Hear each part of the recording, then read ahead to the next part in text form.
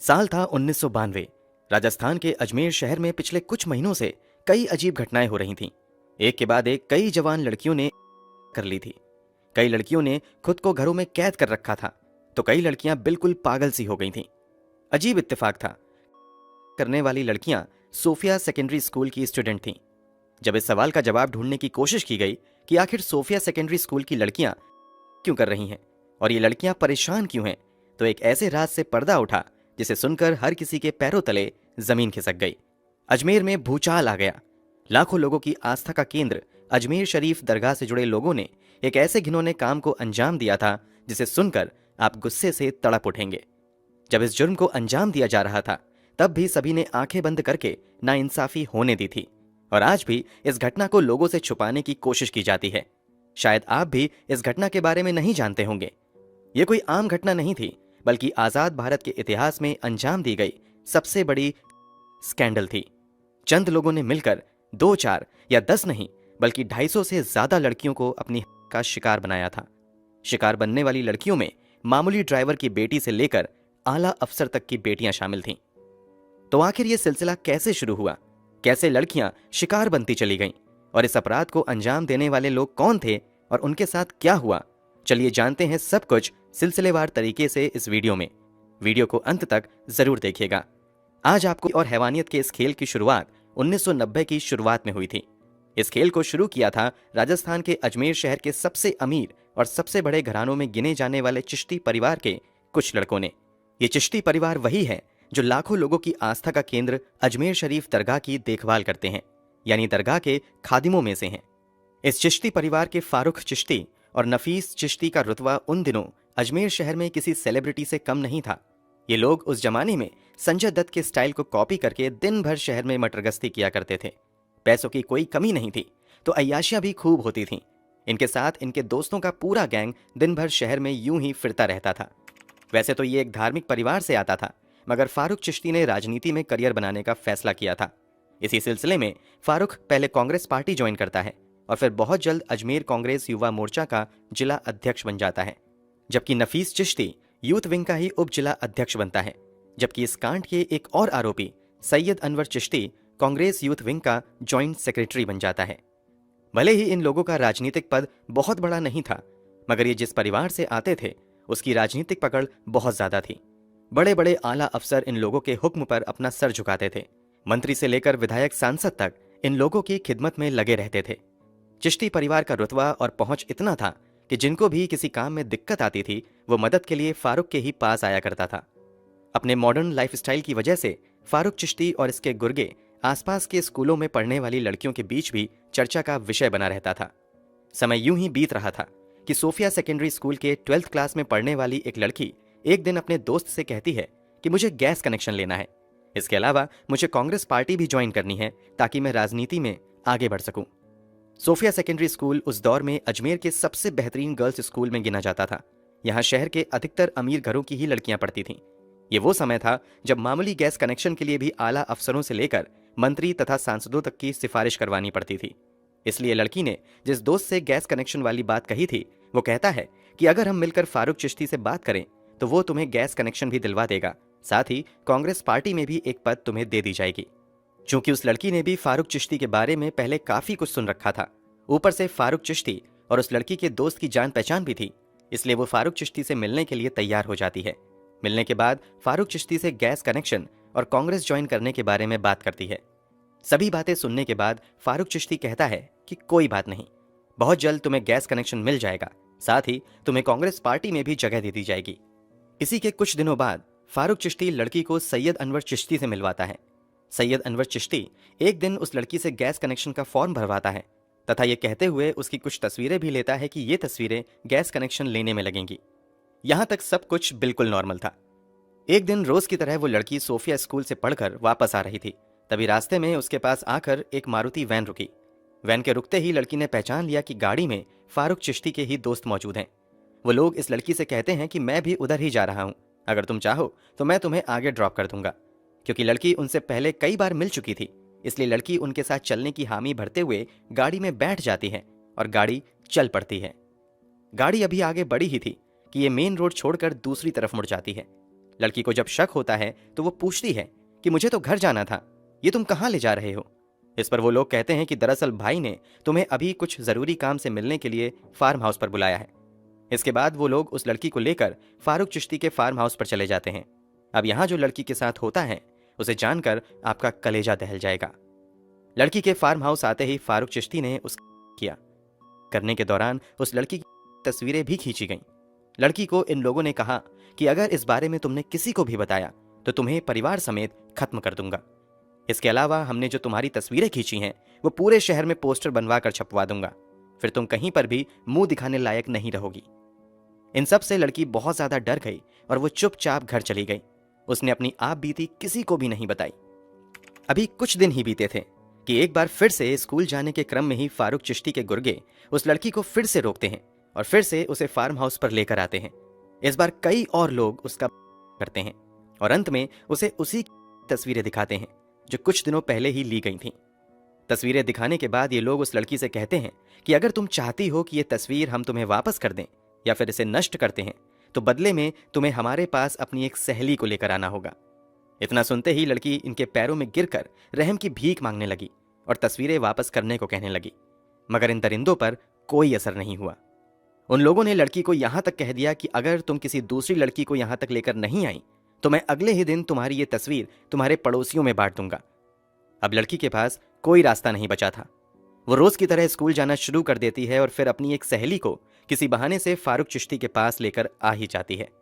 फारूक चिश्ती और उसके गुर्गे इस लड़की का भी करते हैं और उसकी भी तस्वीरें खींच लेते हैं और कुछ दिनों बाद इस लड़की को भी उसी तरीके से धमकाया जाता है। इस दूसरी लड़की को भी एक नई लड़की लाने को कहा जाता है और बस यहीं से ये सिलसिला चल पड़ता है। लड़कियां आती गईं, उनकी तस्वीरें ली जाती रहीं और उन तस्वीरों से ब्लैकमेल कर और भी नई लड़कियों को ये दरिंदे अपने पास मंगवाते गए। देखते ही देखते पीड़ित लड़कियों की संख्या दर्जनों से सैकड़ों में पहुंच गई। हालांकि जब सब कुछ बर्दाश्त के बाहर होने लगा तो इनमें से 2 लड़कियों ने हिम्मत करके इस घटना के बारे में एक पुलिस कांस्टेबल को जानकारी दी। सब कुछ जानने के बाद पुलिस कांस्टेबल ने पुलिस थाने में जाकर अपने आला अधिकारियों को इस बारे में बताया। शुरुआती जांच में ही इस बात के संकेत मिल गए कि बड़े पैमाने पर लड़कियों के साथ अत्याचार किया जा रहा है। शायद तभी पुलिस कुछ एक्शन ले लेती तो ये सिलसिला रुक सकता था, मगर जब जांच में सामने आता है कि इस कांड में तो शहर के सबसे रसूखदार परिवार के लड़के शामिल हैं, तो पुलिस वाले इस मामले को वहीं दबाकर रफा दफा कर देते हैं। इसके बाद तो दरिंदों की दरिंदगी और भी बढ़ जाती है और ये लोग अपने गैंग में नए नए लोगों को शामिल करते चले जाते हैं और उन लोगों तक भी ब्लैकमेल के जरिए लड़की मंगवा कर पहुंचाना शुरू कर देते हैं। पहले लड़कियां सिर्फ फारूक चिश्ती के फार्म हाउस पर आती थीं, मगर अब लड़कियों को नई नई जगहों पर भेजा जाने लगता है। अब एक ही लड़की के साथ एक ही दिन में कई कई लोग करते थे। ये वो समय था जब स्मार्टफोन और डिजिटल कैमरे आम नहीं थे। फोटो पुराने जमाने के रील वाले कैमरे से लिए जाते थे, फिर उन रील से तस्वीरें निकालने के लिए उस फोटो को लैब में भेजा जाता था। फारूक चिश्ती की दोस्ती महेश लुदानी नाम के एक शख्स से थी। महेश लुदानी अजमेर शहर में ही एक बड़ा सा कलर लैब चलाया करता था। लड़कियों करने के बाद जो तस्वीरें खींची जाती थीं वो रील साफ करने के लिए इसी महेश लुदानी के कलर लैब में भेजी जाती थीं। शुरू में तो गुपचुप तरीके से रील से फोटो निकालने के बाद उसे फारूक चिश्ती के पास पहुंचा दिया जाता था, मगर जैसे जैसे लड़कियों की तादाद बढ़ती गई फोटो लैब वालों का भी काम बढ़ गया। इसके अलावा अब लैब में काम करने वाले लोगों ने भी मौके का फायदा उठाना शुरू कर दिया। दरअसल जो रील साफ करने के लिए आती थी उससे एक तस्वीर बनाकर फारूक चिश्ती को भेज दिया जाता था, फिर चुपके से उस फोटो की कई जेरोक्स कॉपीज बनाई जाती थीं। अब लैब में काम करने वाले लड़कों ने एक दूसरा गंदा खेल शुरू कर दिया था। दरअसल अब ये लोग खुद ही पुरानी पुरानी तस्वीरें निकालकर पीड़ित लड़कियों तक जाने लगे और उन लड़कियों को ब्लैकमेल करना शुरू कर दिया। वो लड़कियों से या तो पैसे लेते थे या फिर फोटो वापस करने के बदले में वो भी उस लड़की किया करते थे। इसके बाद तो फोटो लैब वालों की दरिंदगी इतनी ज्यादा बढ़ गई कि इन्होंने लड़कियों की तस्वीरों को बेचना शुरू कर दिया। अब जो व्यक्ति लड़कियों की तस्वीरें खरीदता था वो खुद ही उस लड़की से कांटेक्ट करता था, फिर वही ब्लैकमेलिंग का खौफनाक खेल शुरू हो जाता था। स्थिति तो ये बन गई कि एक ही लड़की की दर्जनों जेरोक्स कॉपी बना दी गई, जिसे अलग अलग लोगों से बेचा गया और फिर अलग अलग लोगों ने उन लड़कियों से संपर्क करके उसे ब्लैकमेल किया या फिर कईयों ने उसका किया। कुल मिलाकर लड़की, फोटो और ब्लैकमेल का एक ऐसा जाल बिछ गया कि उसमें अजमेर शहर की लड़कियां उलझती जा रही थीं। उन्हें बचाने वाला कोई नहीं था। अब तो जिसे भी लड़की की तस्वीर हाथ लगती थी वो लड़की को ब्लैकमेल कर उसके साथ करता था। यहां तक कि फारूक चिश्ती के ड्राइवरों और नौकरों ने भी लड़कियों के साथ करना शुरू कर दिया था। अब बड़े पैमाने पर पार्टियों में भी लड़की को बुलाया जाता था, जहां एक साथ कई कई लोग एक लड़की के साथ करते थे। इस पार्टी में बड़े बड़े परिवार के लड़कों के अलावा लोकल पॉलिटिशियन भी शामिल होते थे। ये सब कुछ पूरे धड़ल्ले से बस इसलिए ही चल रहा था कि लोगों को भी मालूम चल गया था कि इस पूरे कांड की जानकारी प्रशासन को भी है, लेकिन चिश्ती परिवार के लड़कों के इस कांड में शामिल होने की वजह से कोई एक्शन नहीं लिया जा रहा है। कथित तौर पर अब तक 200 से 300 लड़कियों को फारूक चिश्ती और उसके गुर्गे अपना शिकार बना चुके थे। वहीं पहले जहां अधिकतर लड़कियां सिर्फ सोफिया सेकेंडरी स्कूल की थीं, अब सावित्री स्कूल की लड़कियों को भी लोगों ने अपना शिकार बनाना शुरू कर दिया था। 1990 से शुरू हुआ यह खेल 1992 में भी जारी था। इस गंदे खेल की जानकारी अब स्थानीय स्तर पर काम करने वाले पत्रकारों, पुलिस वालों तथा राजनेताओं को भी हो गई थी, मगर उनमें से कोई भी लड़कियों की मदद करने तथा इन दरिंदों के खिलाफ आवाज उठाने के लिए सामने नहीं आ रहा था। बल्कि उल्टे कई पत्रकारों ने भी उन तस्वीरों को हासिल कर लड़कियों को ब्लैकमेल किया और उनसे पैसे ऐंठे, तो कईयों ने तो लड़कियों के साथ उल्टे ही किया। जिस लैब में लड़कियों की तस्वीरें निकाली जाती थीं, वहां पुरुषोत्तम नाम का लड़का भी काम किया करता था। एक दिन पुरुषोत्तम देखता है कि उसका देवेंद्र जैन नाम का पड़ोसी एडल्ट मैगजीन देख रहा है। देवेंद्र को ऐसा करते देख पुरुषोत्तम कहता है कि ये तुम क्या देख रहे हो? ये तो कुछ भी नहीं है, मैं तुम्हें असल चीज दिखा सकता हूं। ये सुनकर देवेंद्र जैन चौंक जाता है और कहता है कि ये असल चीज क्या है। इसी के बाद देवेंद्र पुरुषोत्तम से डील करता है और उस डील के तहत पुरुषोत्तम लैब से लड़कियों की तस्वीरें निकालकर देवेंद्र को देता है। उन तस्वीरों को देखकर देवेंद्र हैरान रह जाता है। ज्यादातर तस्वीरें इसी शहर में आसपास रहने वाली लड़कियों की थीं। देवेंद्र समझ जाता है कि यह खेल बहुत बड़ा है और इसी के बाद वो उन तस्वीरों की और कॉपी बनवाता है, जिनमें से कुछ तस्वीरें उन दिनों अजमेर में छपने वाली हिंदी अखबार दैनिक नवज्योति को भेजता है। अब इस मामले में दैनिक नवज्योति अपने स्तर से जांच शुरू कर देता है। जांच में पता चलता है कि शहर में एक ऐसा गैंग काम कर रहा है जो सोफिया सेकेंडरी स्कूल तथा सावित्री स्कूल में पढ़ने वाली लड़कियों को पहले अपने जाल में फंसाते हैं, फिर उसका करते हैं और फिर उनकी तस्वीरें लेकर उन्हें ब्लैकमेल करते हैं। कई महीनों की मेहनत के बाद नवज्योति अखबार के संपादक दीनबंधु चौधरी ने अपने स्तर से दर्जनों सबूत इकट्ठे कर लिए। इसके बाद उन्होंने शहर के कई आला पुलिस अधिकारियों से मुलाकात की और उन्हें इस ब्लैकमेलिंग स्कैंडल के बारे में बताया, मगर कोई भी फारूक चिश्ती और उसके गैंग के खिलाफ कार्यवाही करने की हिम्मत नहीं जुटा पाया।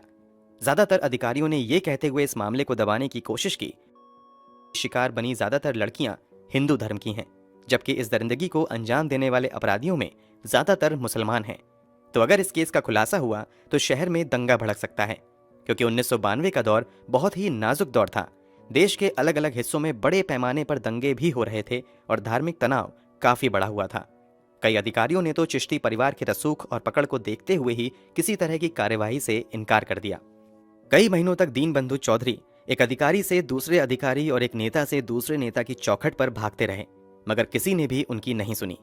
अंत में उन्होंने इस पूरे खबर को अपने अखबार में छापने का फैसला किया। इसी के बाद 22 अप्रैल 1992 को नवज्योति में उन्होंने अजमेर स्कैंडल पर एक डिटेल खबर छापी। उम्मीद की जा रही थी कि इस खबर के छपने के बाद पुलिस मजबूरी में जरूर आरोपियों पर कार्यवाही करेगी, मगर हुआ इसका बिल्कुल उल्टा। पुलिस ने अखबार में छपी खबर का खंडन करना शुरू कर दिया, साथ ही कहा कि इन आरोपों में कोई दम नहीं है, क्योंकि एक भी सबूत पेश नहीं किया गया है। इस खबर के छपने के बाद नवज्योति के लिए काम करने वाले पत्रकारों तथा संपादक को धमकियां मिलनी शुरू हो गईं। हर तरीके से उन्हें रोकने की कोशिश की जाती, मगर नवज्योति इन लड़ाई को किसी भी कीमत पर इंसाफ दिलवाना चाहती थी। इसीलिए जब कहीं से किसी ने एक्शन नहीं लिया तो 15 मई 1992 को नवज्योति ने एक बार फिर से इस खबर को कवर किया और इस बार तस्वीरों के साथ खबर छापी गई। उन तस्वीरों में कई आरोपियों को साफ देखा जा सकता था, जबकि लड़कियों के चेहरे धुंधले कर दिए गए थे। 15 मई के अलावा अगले दिन यानी 16 मई 1992 को भी प्रमुखता से इस खबर को अखबार में छापा गया और दर्जनों लड़कियों की तस्वीरें धुंधली करके छापी गईं। क्योंकि इस बार खबर सबूत के साथ छापी गई थी, इसलिए अजमेर की आम जनता सड़क पर उतर आई। पूरे अजमेर में गुस्से की लहर चल पड़ी। हर कोई जल्द से जल्द फारूक चिश्ती और उसके गुर्गों पर कार्यवाही की मांग करने लगा। शहर में दंगे जैसे हालात बन गए। पहली बार अजमेर शहर को पूरी तरीके से बंद कर दिया गया। विभिन्न संगठनों तथा राजनीतिक दलों द्वारा 3 दिन के अजमेर बंद का ऐलान कर दिया गया। हालात इतने बिगड़ गए कि अजमेर शहर के इतिहास में पहली बार प्रशासन द्वारा NSA लागू कर दिया गया। अब पुलिस के सामने आरोपियों पर कार्यवाही करने के अलावा कोई रास्ता नहीं बचा था, मगर पुलिस इतनी बेशर्मी से काम कर रही थी कि लोगों का गुस्सा एक बार फिर से उबाल मारने लगा था। पुलिस की ओर से कहा गया कि केवल अखबार में छपी खबर के आधार पर किसी को गिरफ्तार नहीं किया जा सकता है, बल्कि जब तक कोई आकर एफआईआर दर्ज नहीं करवाएगा हम कुछ भी एक्शन नहीं ले सकते हैं। नवज्योति के अलावा इस खबर को स्थानीय स्तर पर ही छपने वाले न्यूज़पेपर लहरों की बरखा में भी प्रमुखता से छापा जाने लगा। इस अखबार को पत्रकार मदन सिंह चलाते थे। उन्होंने दिन रात इसी केस पर काम करना शुरू कर दिया और रोज रोज नए खुलासे करने लगे। इसका नतीजा ये हुआ कि मदन सिंह को धमकियां मिलनी शुरू हो गईं और अंत में एक दिन उन पर जानलेवा हमला भी हो गया। हालांकि वो हमले में बच गए और उन्हें अस्पताल में भर्ती करवा दिया गया। जिस अस्पताल में मदन सिंह का इलाज हो रहा था उसके बाहर सुरक्षा में कुछ पुलिस वाले भी तैनात कर दिए गए थे। इसके बावजूद कुछ लोग अस्पताल में घुस गए और उन्होंने अस्पताल में ही मदन सिंह को गोलियों से भूनकर मार डाला। मदन सिंह की मौत से जुड़ी एक अपडेट जनवरी 2023 में ही आई है। उसके बारे में हम आपको वीडियो में आगे बताएंगे। फिलहाल केस पर वापस चलते हैं। सभी खुलासे के बाद पुलिस आरोपियों को गिरफ्तार करने के लिए एफआईआर का इंतजार कर रही थी, मगर लड़कियों को इस तरह से डराया धमकाया गया था कि कोई भी लड़की शिकायत दर्ज करवाने के लिए आगे नहीं आ रही थी। बाद में कई एनजीओज ने सामने आकर फोटो के आधार पर लड़कियों का पता लगाकर उन्हें आरोपियों के खिलाफ शिकायत दर्ज करने के लिए समझाना शुरू कर दिया। उनकी मेहनत रंग लाई और कुल 30 लड़कियां सामने आईं, जिन्होंने पुलिस में जाकर रिपोर्ट दर्ज करवाई। जैसे ही 30 लड़कियां बाहर निकलकर शिकायत दर्ज करवाने आईं, उनके साथ फिर से हैवानियत का खेल शुरू हो गया। दरअसल उन्हें हर तरह से डराया धमकाया जाने लगा। आरोपियों ने लड़कियों को पुलिस थाने तक जाने से रोकने के लिए अपनी पूरी ताकत लगा दी। इसका नतीजा ये हुआ कि जहां पहली बार 30 लड़कियां सामने आईं, उनमें से ज्यादातर लड़कियां दोबारा कभी थाने की तरफ नहीं गईं। इतना ही नहीं, कुछ लड़कियां दोबारा तो गईं भी, फिर वो भी पीछे हट गईं और अंत में सिर्फ 2 लड़कियां ही इस केस की शिकायतकर्ता के तौर पर बच पाईं। इस केस में जितनी भी लड़कियों का नाम पीड़ित के तौर पर शामिल था, उनमें से ज्यादातर के परिवार वालों ने शहर को तत्काल ही छोड़ दिया और वो कहीं अनजान जगह रहने चले गए। खैर, पुलिस में कुछ एफआईआर दर्ज हो गई थी। उसी के आधार पर जांच आगे बढ़ी और गिरफ्तारी का सिलसिला भी शुरू हुआ। 30 मई 1992 को इस मामले में पहली एफआईआर दर्ज की गई। कमाल की बात तो ये थी कि इस पहली एफआईआर में नफीस चिश्ती और फारूक चिश्ती का नाम शामिल नहीं किया गया था। हालांकि आगे की जांच के बाद फारूक चिश्ती, नफीस चिश्ती और सैयद अनवर चिश्ती को ही इस पूरे स्कैंडल का मास्टरमाइंड बताया गया। एफआईआर दर्ज करने के बाद कुल 18 लोगों की पहचान आरोपियों के तौर पर की गई। आरोपी बनाए गए लोगों में फारूक चिश्ती, नफीस चिश्ती, अनवर चिश्ती के अलावा कैलाश सोनी, महेश लुधानी, हरीश तोलानी, शंभू इत्यादि भी शामिल थे। जांच में यह भी पता चला कि पीड़ित लड़कियां केवल एक ही धर्म की नहीं थीं, बल्कि कई लड़कियां तो नफीस और फारूक चिश्ती की रिश्तेदार भी थीं। जांच के बाद पुलिस ने लगभग 250 पन्नों की चार्जशीट कोर्ट में पेश की।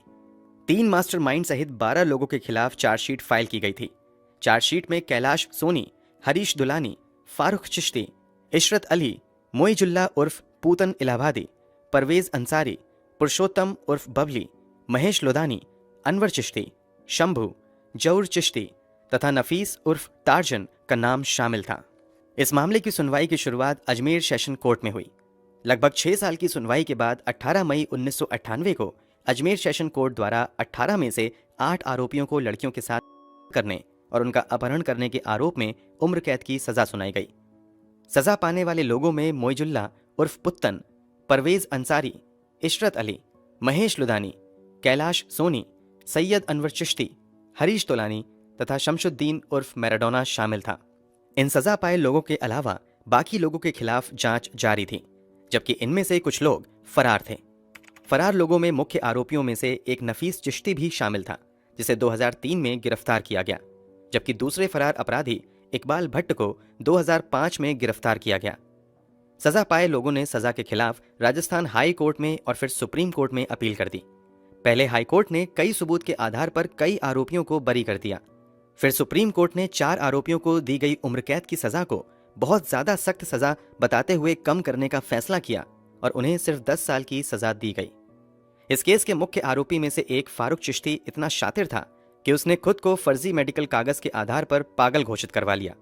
कोर्ट ने भी उसे सही मानते हुए शुरुआती ट्रायल में कोई सजा नहीं दी और उसे बरी कर दिया, मगर 2007 में फास्ट ट्रैक कोर्ट में फारूक चिश्ती को उम्र कैद की सजा सुनाई। केस यहीं खत्म नहीं हुआ, बल्कि कुछ मामले अब भी राजस्थान हाईकोर्ट में पेंडिंग थे।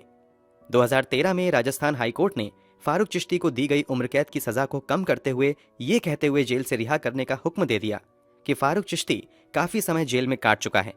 इसी के बाद फारूक चिश्ती को जेल से रिहा कर दिया गया। इस केस में सुहेल गानी नाम का एक आरोपी लंबे समय से फरार चल रहा था। उसने 26 साल बाद यानी 2018 में कोर्ट में जाकर सरेंडर किया। फिलहाल इसे कोई सजा नहीं दी गई है और ये बेल पर है। इसके अलावा इस केस का एक आरोपी आज भी फरार है। बताया जा रहा है कि वो अमेरिका में है। उसके खिलाफ रेड कॉर्नर नोटिस भी जारी किया जा चुका है। इसके अलावा कई आरोपियों के खिलाफ फिलहाल पॉस्को कोर्ट में अब भी मामला चल रहा है, लेकिन एक भी आरोपी जेल में नहीं है, बल्कि सभी बेल पर आराम से मजे से अपनी जिंदगी काट रहे हैं। अगर आपको याद हो तो वीडियो में कुछ देर पहले ही हमने पत्रकार मदन सिंह का जिक्र किया था, जो लगातार इसी केस को कवर करते हुए खबरें लिख रहे थे। इस कारण उनकी हत्या कर दी गई थी। अब अपडेट ये है कि 7 जनवरी 2023 को मदन सिंह के 2 बेटों ने मिलकर सवाई सिंह नाम के एक व्यक्ति की गोली मारकर हत्या कर दी। कथित तौर पर सवाई सिंह ने ही मदन सिंह की हत्या की थी। सवाई सिंह की हत्या करने के बाद मदन सिंह के बेटों ने चिल्लाकर कहा कि हमने अपने पिता की मौत का बदला लिया है। फिलहाल मदन सिंह के दोनों बेटों को गिरफ्तार करके जेल भेज दिया गया है। चलिए केस पर वापस आते हैं। कोर्ट रिकॉर्ड की बात करें तो कोर्ट रिकॉर्ड में सिर्फ 16 लड़कियों को ही पीड़ित बताया गया है, जबकि अलग अलग सोर्स से पता चला है कि इन दरिंदों ने कम से कम 100 लड़कियों को अपना शिकार बनाया था। दावा तो यहां तक किया जाता है कि शिकार हुई लड़कियों की संख्या 300 या फिर 500 तक भी हो सकती है। इतनी अधिक संख्या में शिकार होने के बावजूद कुछ ही लड़कियां कोर्ट तक आ सकीं। इसकी सबसे बड़ी वजह यह थी कि लड़कियों को बहुत ज्यादा परेशान किया जाने लगा। इसी कारण कम से कम 6 लड़कियों ने के कुछ ही समय बाद कर ली थी। एक के बाद एक जब 6 लड़कियों ने कर ली थी, तभी सोफिया स्कूल चर्चा में आया और फिर इस केस की परत खुलनी शुरू हुई। उस दौर में सोफिया स्कूल तथा सावित्री स्कूल में पढ़ने वाले ज्यादातर लड़कियों ने इस केस के खुलासे के बाद स्कूल छोड़ दिया, तो कईयों ने शहर ही छोड़ दिया। हालात तो ऐसे हो गए थे कि अजमेर शहर की लड़कियों की शादियां भी काफी मुश्किल से हो रही थीं। जो शादी करने के लिए राजी भी होता था, वो पहले पुलिस थाने और अलग अलग लैब्स में जाकर फोटो के जरिए ये पता करता था कि ये लड़की भी स्कैंडल की पीड़िता में शामिल थी या नहीं। जैसा कि अभी हमने बताया, इस केस से जुड़े सभी आरोपी फिलहाल बेल लेकर जेल के बाहर हैं, जबकि इस केस की सुनवाई आज भी समय समय पर होती रहती है और इस सिलसिले में गवाही देने के लिए अक्सर पीड़ित महिला को कोर्ट तक आना पड़ता है। इसी से जुड़ी एक केस की सुनवाई के सिलसिले में एक बार फिर से दिसंबर 2022 में एक महिला को गवाही देने के लिए बुलाया गया। सुनवाई के दौरान उन्होंने कोर्ट में जज और वकील से रोते हुए कहा कि आप मुझे अब भी बार बार कोर्ट में क्यों बुला रहे हैं? अब तो 30 साल हो गए हैं, मैं अब दादी बन चुकी हूं, मुझे अकेला छोड़ दें, मेरा भी अब परिवार है, मैं उन्हें क्या बताती रहूं? महिला के इतना कहने के बाद पूरे कोर्ट परिसर में कई मिनट तक सन्नाटा पसर गया। किसी के पास महिला की इस बात का जवाब नहीं था। शायद इस केस की सैकड़ों पीड़ित महिलाओं को पहले ही अंदाजा हो गया था कि यहां इंसाफ की लड़ाई सजा से कम नहीं है, इसीलिए वो तब पीछे हट गई थीं। जो महिलाएं हिम्मत जुटाकर आगे आईं, वो इंसाफ के नाम पर सजा ही काट रही हैं, जबकि जिन्हें सजा मिलनी चाहिए थी वो चैन की सांस ले रहे हैं। दोस्तों, क्या आपको पहले से इस केस के बारे में जानकारी थी? कमेंट बॉक्स में जरूर बताएं। अगर आपको हमारी मेहनत पसंद आई हो तो इस वीडियो को लाइक करते हुए शेयर भी करें, ताकि बाकी लोग भी इस खौफनाक कहानी के बारे में जान सकें।